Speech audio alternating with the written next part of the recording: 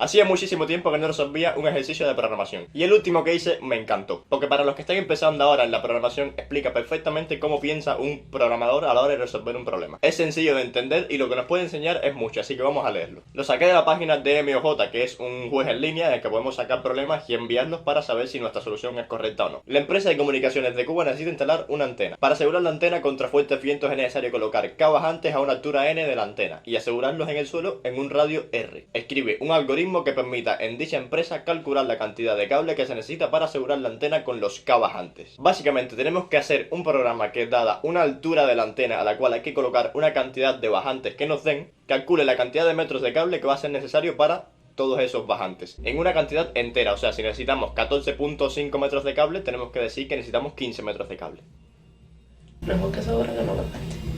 Imaginemos esta línea como una superficie. De manera perpendicular al suelo, la superficie, vamos a colocar la torre de Texas. Lo que estamos viendo ahora mismo, tú se lo enseñas a un estudiante de biología o humanidades y va a pensar que son dos líneas al azar. Pero un matemático programador que se respeta está viendo claramente un sistema de coordenadas cartesianas con su origen aquí en el centro. Ahora, de una altura de 4 metros de esta torre vamos a sacar un bajante a una distancia de 3 metros de radio de su base.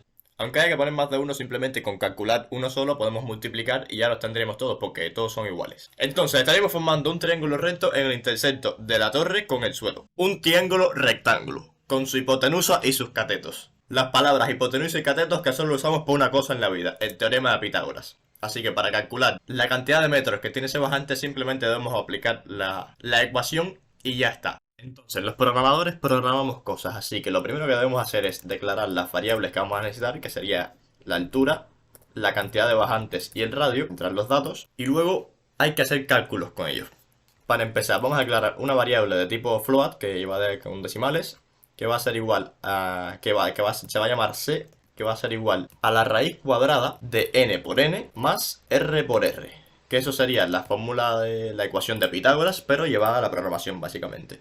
Estamos pasando el cuadrado de la c directamente aquí y el primer cateto que sería la altura y el segundo cateto el radio sumados. Aquí está la ecuación de Pitágoras. Bien, esta sería la longitud de uno de los bajantes, pero son k bajantes, o sea que tenemos que multiplicar a c por k para que sea la cantidad total de metros de cable que vamos a necesitar. Así que c por igual k y ahora c va a tener la cantidad de metros total que necesitamos de cable, pero debemos sacar un valor entero. O sea que eso de que si necesitamos 14.3 vamos a necesitar 15 metros. Así que lo que vamos a hacer es declarar una variable entera que va a ser igual a c. O sea, una variable entera que va a ser ans, se va a llamar ans, que va a ser igual a c. Y lo que estamos haciendo es quedándonos con la parte entera. Así que si ans es menor que c, significa que c tiene decimales. Por lo tanto, vamos a sumarle 1 a ans.